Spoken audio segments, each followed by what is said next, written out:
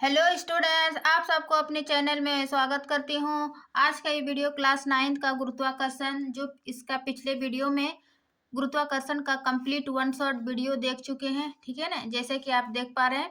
उसके बाद हम इसके अभ्यास के प्रश्न उत्तर को, है ना, 2 पार्ट में डिवाइड करके बताए थे।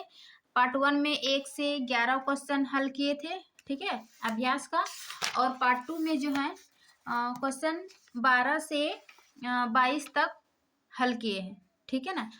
आज क्या करेंगे, ये जो अध्याय यानी कि गुरुत्वाकर्षण के बीच बीच का जो प्रश्न उत्तर रहता है ना, अध्याय के बीच में, उस प्रश्नों को हम पार्ट 3 यानी कि पार्ट 3 में इसको हल करेंगे। ये आज का वीडियो जो है वो पार्ट 3 होगा प्रश्न उत्तर का, ठीक है। पार्ट 1 और पार्ट 2 अभ्यास का प्रश्न उत्तर हल किए हैं। आज हम क्या करेंगे, अध्याय के बीच के प्रश्न को हल करेंगे, ठीक है ना। जैसे कि अध्याय के बीच बीच के जो प्रश्न देख रहे हैं पेज नंबर, है ना, देखिए। तो आप यदि प्रश्न उत्तर बना रहे हैं, ठीक है ना, तो आप अभ्यास का भी बनाइए और अध्याय के जो बीच में है उसको भी प्रश्न बनाइए, ताकि एग्जाम में कहीं से भी क्वेश्चन पूछा जा सकता है। तो चलिए बिना देरी के शुरू करते हैं आज का प्रश्न। पेज नंबर कितना है ना, न्यू एनसीईआरटी का पेज नंबर 115 है। पहला प्रश्न है, गुरुत्वाकर्षण का सार्वत्रिक नियम बताइए। ठीक है, गुरुत्वाकर्षण का सार्वत्रिक नियम क्या है? तो इसका थ्योरी क्लास में बताए थे कि गुरुत्वाकर्षण का सार्वत्रिक नियम ये है कि गुरुत्वाकर्षण के सार्वत्रिक नियम के अनुसार गुरुत्वाकर्षण बल वस्तुओं के, है ना, सर्वाधिक कहने का मतलब गुरुत्वाकर्षण जो है वो दो वस्तुओं के बीच के जो द्रव्यमान होती है उसके गुणनफल के अनुक्रमानुपाती होता है, तथा उनके बीच के दूरी के वर्ग के व्युत्क्रमानुपाती होता है, ठीक है ना।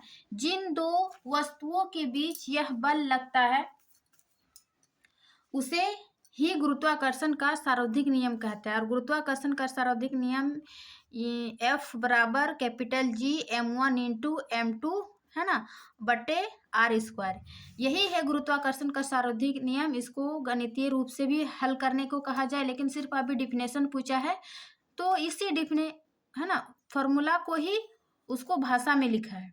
क्या कि बल जो है द्रव्यमान के गुणनफल, ये दो m1 और m2 दो द्रव्यमान है, उनके गुणनफल के अनुक्रमानुपाती, ठीक है, तथा उनके बीच की दूरी के वर्ग के व्युत्क्रमानुपाती होता है, ठीक है ना। जिन दो वस्तुओं के बीच दूरी के बीच यह बल लगता है उसी ही गुरुत्वाकर्षण का सार्वत्रिक नियम कहा जाता है, ठीक है। ये पहला प्रश्न था। अब दूसरा प्रश्न क्या है कि पृथ्वी तथा उसकी सतह पर, ठीक है, पृथ्वी तथा उसकी सतह पर रखी किसी वस्तु के बीच लगने वाले गुरुत्वाकर्षण बल का परिमाण ज्ञात करने का सूत्र लिखिए। देखिए ये सूत्र जो अभी हम भाषा में लिखे, गुरुत्वाकर्षण का सार्वत्रिक नियम, उसी को जो है वो पृथ्वी तथा उसकी सतह पर जो रखी दो वस्तुओं के बीच लगने वाली उसका परिमाण ज्ञात करने के लिए सूत्र लिखिए, ठीक है ना। तो देखिए जब हम ये भाषा पढ़ने के बाद क्या किए थे, पृथ्वी तथा उसकी सतह पर रखी किसी वस्तु के बीच लगने वाले गुरुत्वाकर्षण बल का परिमाण ज्ञात करने का सूत्र लिखिए, ठीक है। तो हम माना कि दो पिंड है जिनकी द्रव्यमान m1 और m2 है और इनके बीच जो है दूरी r है, ठीक है ना, और ये दो पिंडों के बीच F बल कार्य है, ठीक है। भाषा में भी वही लिखे। उसके बाद इसको क्या है, m1 क्या माने, पृथ्वी का द्रव्यमान, और m2 वस्तु का द्रव्यमान, उनके दोनों के बीच दूरी r, उनके बीच के आकर्षण बल F। अब गुरुत्वाकर्षण के सार्वत्रिक नियम से क्या, पहले कि जो उस पर वो बल लग रही है उन दोनों वस्तुओं के क्या होती है ना, समानुपाती होती है। ये समीकरण 1 मान लिए। अब है कि उनके है ना, उनके बीच की दूरी के वर्ग के व्युत्क्रमानुपाती होता है, इसको समीकरण 2 मान लिए। अब समीकरण 1 और 2 से F समानुपाती m1 इंटू m2 बटे r², ठीक है ना, लिख दिए। उसके बाद ये जो समानुपाती को हटाएंगे तो ये इस कैपिटल G लिखते हैं, जिसको नियतांक है, जिसे सार्वत्रिक गुरुत्वीय नियतांक कहते हैं, ठीक है ना। तो F बराबर capital G m1 into m2 bye r², ये इस गुरुत्वाकर्षण का सार्वत्रिक नियम का बल हो गया। सबसे पहले इसका डिफिनेशन दिखे, उसके बाद डिफिनेशन से हम इसका परिणाम का सूत्र निकालें, ठीक है, गुरुत्वाकर्षण का नियतांक। और इसका एसआई मात्रक जो है न्यूटन मीटर स्क्वायर प्रति केजी स्क्वायर, ठीक है। और गुरुत्वाकर्षण का मान ये 6.67 इंटू 10⁻⁻11 न्यूटन मीटर स्क्वायर प्रति केजी स्क्वायर, है ना, ये इसका मान है। अब पेज नंबर 115 में 2 ही क्वेश्चन था। अब नेक्स्ट पेज में देखते हैं, है ना। नेक्स्ट पेज क्या है? 117 पेज नंबर पहला है, मुक्त पतन से आप क्या समझते हैं, ठीक है। मुक्त पतन से आप क्या समझते हैं? तो देखिए, मुक्त पतन क्या है कि जब कोई वस्तु है ना पृथ्वी के अधीन गिरती है तो वो गुरुत्वीय बल के कारण गिरती है। जब कोई वस्तु गुरुत्वीय बल के अधीन पृथ्वी की ओर किसी ऊंचाई से गिरती है तो हम क्या कहते हैं? उसे मुक्त पतन कहते हैं, ठीक है ना। ये था। उसके बाद दूसरा है, गुरुत्वीय त्वरण से आप क्या समझते हैं, ठीक है।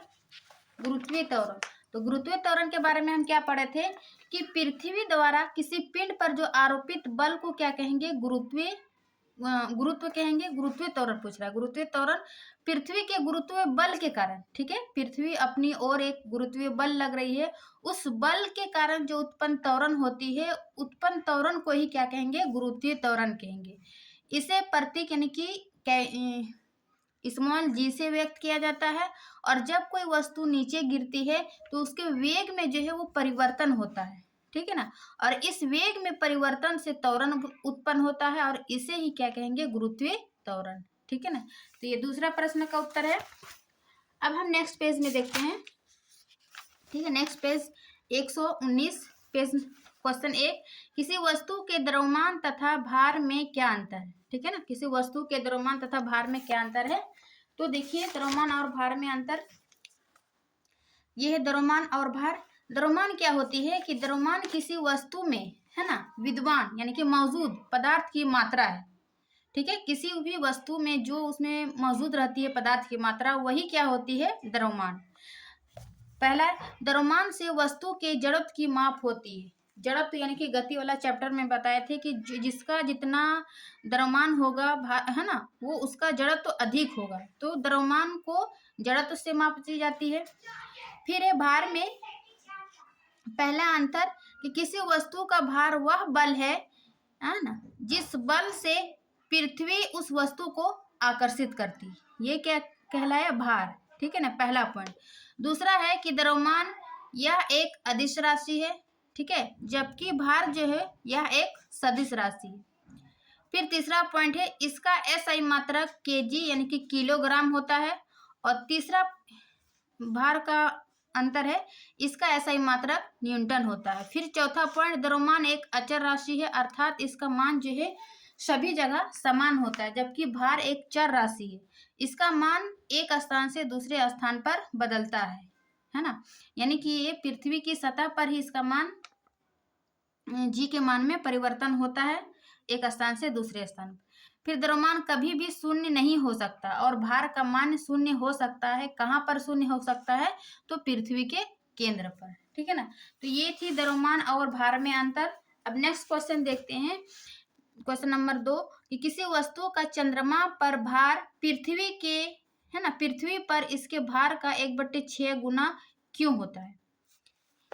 ये तो हम थ्योरी में पढ़े कि किसी वस्तु का जो चंद्रमा पर भार होती है वे पृथ्वी के भार का 1/6 गुना होता है। तो क्यों होता है ऐसा, वो कारण देना है, ठीक है ना। तो आइए हम देखते हैं कि किसी वस्तु का जो है, देखिए क्यों होता है। क्योंकि हम जानते हैं कि किसी वस्तु का भार जो है वो जी पर निर्भर करता है, यानी कि गुरुत्वीय त्वरण पर निर्भर करता है। क्योंकि चंद्रमा का द्रव्यमान और त्रिज्या पृथ्वी के द्रव्यमान और त्रिज्या से कम है, ठीक है ना। पृथ्वी की तुलना में चंद्रमा, उसका द्रव्यमान और त्रिज्या कम होगी, तो द्रव्यमान त्रिज्या कम है, जिसके कारण चंद्रमा किसी वस्तु पर कम आकर्षण बल लगाती है, ठीक है ना। जिसका जितना द्रव्यमान होगा, जितना भार होगा, वो उतना ही गुरुत्वाकर्षण बल लगाती है। अर्थात चंद्रमा पर जी का मान 1/6 होता है पृथ्वी पर, है ना, पृथ्वी के भार से।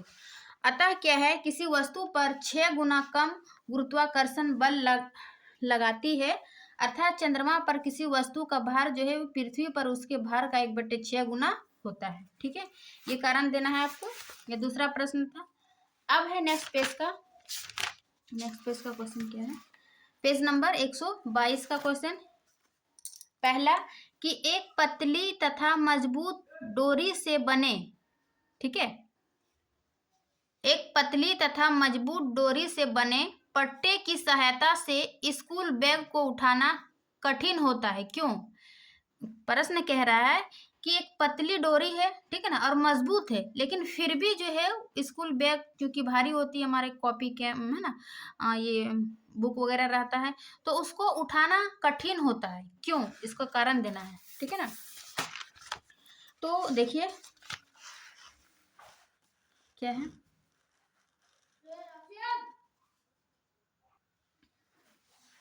तो इसका कंसेप्ट जब हम परिणाम और सॉरी क्या था, ये दाब पढ़ रहे थे जब, है ना,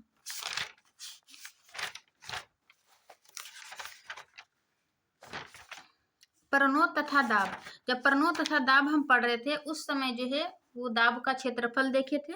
देखिए कि जैसे यदि स्कूल बैग का पट्टा जो है वो पतली तथा मजबूत डोरी से बना होता है तो हाथ या कंधे पर अधिक दाब लगता है, ठीक है ना। यदि पतला है तो वो क्या होगा, हाथ या कंधा पर अधिक दाब लगता है, तो हाथ या कंधे पर अधिक दाब लगता है क्योंकि समान बल कम क्षेत्रफल पर अधिक दाब लगाता है ना। वो हील वाली चप्पल और ऐसे सिंपल वाले चप्पल का उदाहरण दिए थे कि यदि हमको कीचड़ में जाना होगा तो कौन सी चप्पल पहनेंगे, हील वाली या फिर सिंपल वाली, ठीक है ना। क्योंकि हील वाले पहनेंगे, ये नुकीली है तो ये जल्दी धंस जाएगा, क्यों? क्योंकि इसका जो है वो क्षेत्रफल कम है तो अधिक, है ना, अधिक प्रभाव बल लगेगा, और इसका क्षेत्रफल अधिक है तो बल जो है वो कम लगेगा, ठीक है ना। तो चूंकि स्कूल बैग की पट्टी जो है पतली है और मजबूत है तो ये क्या हो जाएगा, हाथ पर कंधे पर अधिक दाब लगाएगा, इसलिए दाब बराबर जो है बल बट्टे क्षेत्रफल होता है। तो बेग का भार, है ना, बल क्या हो जाएगा, बेग का भार बट्टे डोरी की अनुप्रस्थ काट का क्षेत्रफल। तो यहाँ डोरी पतली है इसलिए दाब जो है वो अधिक लग रही है ना, तो इसको उठाना कठिन है, ठीक है ना। कि उठाना कठिन क्यों है तो वो आपको एक्सप्लेन करके बताना है। अब दूसरा प्रश्न है, उत्प्लावकता से आप क्या समझते हैं? क्या है उत्प्लावकता, ठीक है ना। तो थोड़ी क्लास में बताए थे उत्प्लावकता क्या है।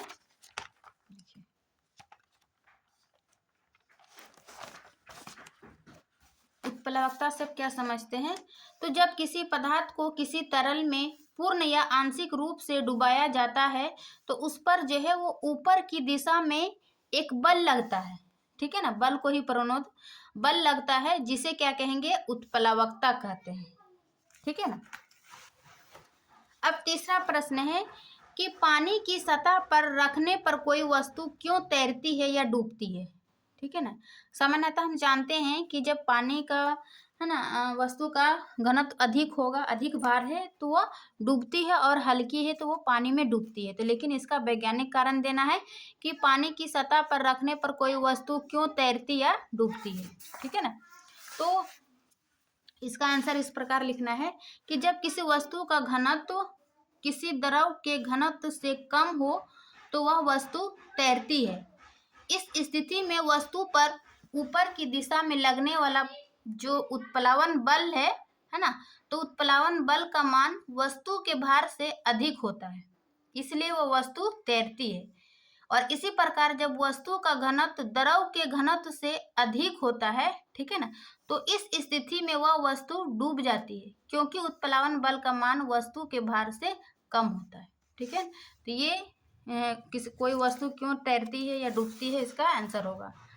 अब हम नेक्स्ट पेज में देखते हैं, और ये आज का पेज नंबर का लास्ट क्वेश्चन एक पेज नंबर 124 है। पहला है कि एक तुला पर आप अपना द्रव्यमान, है ना, 42 kg नोट करते हैं, यानी कि एक वेटिंग मशीन है जिस पर जो है आपका द्रव्यमान 42 kg है। तो क्या आपका द्रव्यमान, है ना, 42 kg से अधिक है या कम है? मशीन ने तो बताया, लेकिन आपका अधिक है या कम है ना, ये बताना है। तो इसका पहला प्रश्न का आंसर होगा क्या कि वास्तव में एक तुला द्वारा लिया गया पाठ्यांक भार होता है ना, जिसे हम द्रव्यमान मानते हैं। जो भी मतलब उसमें रीड होता है वही क्या होता है, मेरा भार होता है, और उसी को हम क्या कहते हैं, द्रव्यमान। क्योंकि हम किसी वस्तु का वजन वायु में लेते हैं, इसलिए उस वस्तु पर वायु के कारण जो है उत्प्लावन बल भी लगता है। ठीक है। अब आभासी भार, आभासी भार क्या होता है, आभासी भार बराबर वस्तु का वास्तविक भार माइनस उत्प्लावन बल, यानी कि 42 केजी का जो भार है ना, उसको बराबर वस्तु का वास्तविक भार माइनस उत्प्लावन बल। ठीक है। अतः स्पष्ट है कि वस्तु का जो है वास्तविक भार बराबर 42 केजी प्लस उत्प्लावन बल भी लग रही है इसमें। ठीक है ना। तो अतः उस लड़के का द्रव्यमान जो है वो 42 केजी से अधिक है, क्योंकि वो एक्चुअल में उसका 42 केजी था, लेकिन उसके साथ साथ जो है उसमें उत्प्लावन बल भी लग रही है ना। तो 42 केजी प्लस उत्प्लावन बल, तो इस प्रकार लड़के का द्रव्यमान जो है वो 42 केजी से अधिक होगा। ये इसका आंसर होगा। ठीक है। अब क्वेश्चन नंबर 2 है कि आपके पास एक रुई का बोरा, ठीक है ना, तथा एक लोहे की छड़ है। ठीक है। एक ही बोरा में रुई है और एक लोहे की छड़ है। तो तुला पर मापने पर दोनों 100 केजी द्रव्यमान दर्शाते हैं, यानी कि मापने पर दोनों 100 केजी का ही द्रव्यमान है, लेकिन वास्तविकता में एक दूसरे से भारी है। ठीक है ना। वास्तव में एक दूसरे से भारी है, लेकिन तुला पर 100 केजी ही द्रव्यमान है। क्या आप बता सकते हैं कि कौन सा भारी है और क्यों? ठीक है ना, आपको कारण देना है। तो आइए बताते हैं कि अपेक्षा अधिक होगी, ऐसा इसलिए क्योंकि उत्प्लावन बल बराबर वस्तु द्वारा विस्थापित तरल गैस द्रव का भार। यदि आप उत्प्लावन बल उत्प्लावकता नहीं समझ रहे हैं तो इस चैप्टर का जो है हम वन शॉट थ्योरी है ना वीडियो है, तो आप वहां से वन शॉट थ्योरी वाला वीडियो देख लीजिए, तो आपका सारा कॉन्सेप्ट जो है वो क्लियर हो जाएगा। उसके बाद आप प्रश्न उत्तर बनाइएगा तो आपको काफ़ी समझने में हेल्पफुल होगा। ठीक है। ठीक। तो उसके वस्तु द्वारा जो विस्थापित होता है तो तरल का भार है। अब अधिक आयतन से अधिक तरल विस्थापित होगा। स्पष्ट है कि रुई के बोरे का जो है वास्तविक भार लोहे की छड़ के भार से अधिक होगा। ठीक है ना। तो ये इसका था। अब तो आज यानी कि पार्ट 3 में आपका गुरुत्वाकर्षण चैप्टर कंप्लीट होता है। अभ्यास का प्रश्न उत्तर पार्ट 1 में, पार्ट 1 और पार्ट 2 में 2 है, और ये पार्ट 3 हो जाएगा कि आपके अध्याय के बीच का प्रश्न उत्तर, और आप एक वन शॉट आप थ्योरी देख लीजिए। ठीक है ना। तो आपका ये चैप्टर जो है वो कंप्लीट है।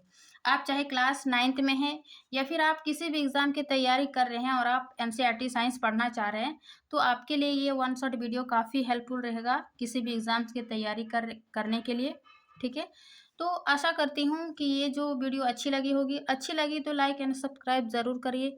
मिलते हैं इसके नेक्स्ट क्लास में, यानी कि नेक्स्ट चैप्टर में। नेक्स्ट चैप्टर क्या है, कार्य तथा ऊर्जा में। ठीक है। एक बेहतरीन नोट्स और बेहतरीन क्या कहते हैं वन शॉट वीडियो में। ठीक है ना। तो चलिए मिलते हैं नेक्स्ट क्लास में, तब तक के लिए थैंक यू, बाय बाय।